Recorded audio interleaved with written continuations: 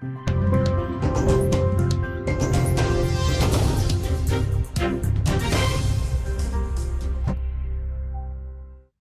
Party द्वारा निकाली जा रही है भारत जोड़ो तिरंगा यात्रा, जो कि हल्दू चौड़ से प्रारंभ होते हुए लाल कुआं पहुंची, जहां मुख्य बाजार में भारत माता की जय और वंदे मातरम के जय घोष के साथ घूमते हुए नगर कांग्रेस कमेटी कार्यालय पहुंची, जहां एक जनसभा का आयोजन भी किया गया। इस दौरान कांग्रेस पार्टी के प्रदेश कार्यकारी अध्यक्ष रंजीत रावत ने कहा कि भारत जोड़ो तिरंगा यात्रा पूरे देश भर में चल रही है, जिसमें सभी लोग बढ़ चढ़ कर हिस्सा ले रहे हैं। उन्होंने भारतीय जनता पार्टी पर कटाक्ष करते हुए कहा कि जिन्होंने अपने संघ मुख्यालय पर तिरंगा झंडा लगाने में 50 वर्ष दिखा दिए, वह लोग तिरंगा यात्रा की बात करते हैं। उन्होंने कहा कि भारतीय जनता पार्टी के नेतृत्व वाली सरकार ने आटा और दही जैसे वस्तुओं पर भी टैक्स लगाया है, जो कि आम जनमानस के साथ अन्याय है।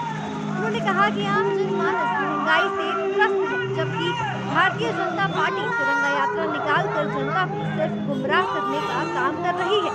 इधर वरिष्ठ कांग्रेसी नेता हरेंद्र बोरा ने भी कहा कि भारतीय जनता पार्टी दोंगली नीति के तहत जन विरोधी भावनाओं के अनुरूप कार्य कर रही है।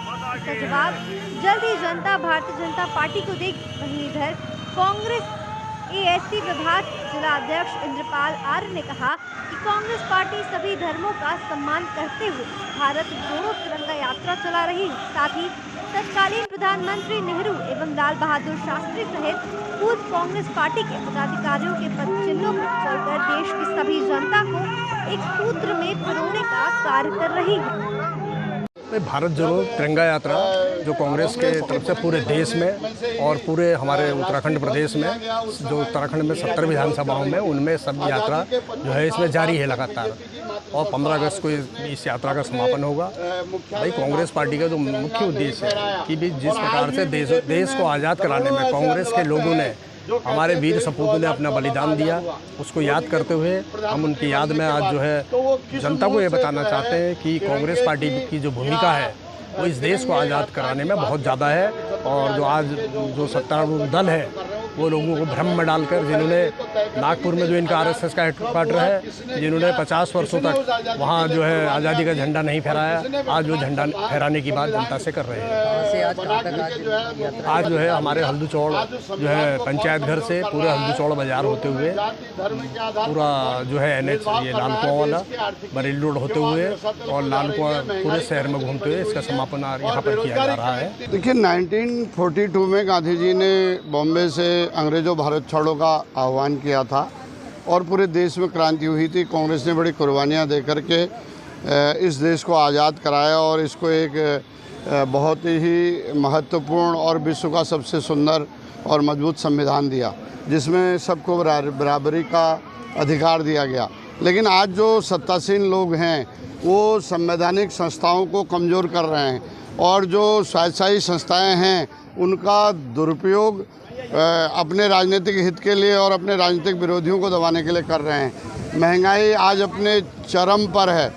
पहली बार इतिहास में आज़ादी के बाद आटे, चावल और दही जैसी चीज़ों को सरकार टैक्स के दायरे में लाई है। 25 करोड़ जॉब इस सरकार के आने के बाद ख़त्म हो गए हैं। जिन लोगों ने 2 करोड़ लोगों को हर साल रोज़गार देने की बात की थी, उन्होंने 25 करोड़ नौकरियां ख़त्म कर दी हैं। आज बेरोज़गारी चरम पर है।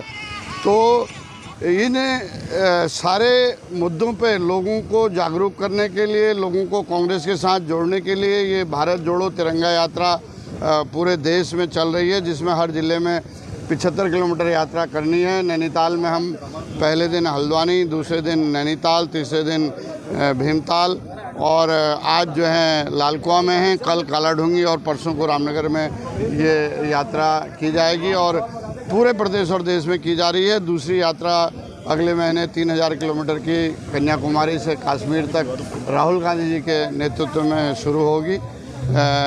तो हम लोगों को जो हमारे संवैधानिक अधिकार हैं और जो हमारे संविधान में बराबरी की व्यवस्था है, उन सब के प्रति जो है लोगों को जागरूक करना हमारी यात्रा का उद्देश्य है। और जो सत्तासीन लोग हैं वो किस तरह से संविधान के खिलाफ काम कर रहे हैं, लोगों को धर्म के आधार पे, जाति के आधार पे, वर्ग के आधार पे बांट रहे हैं, महंगाई बेरोजगारी बढ़ा रहे हैं।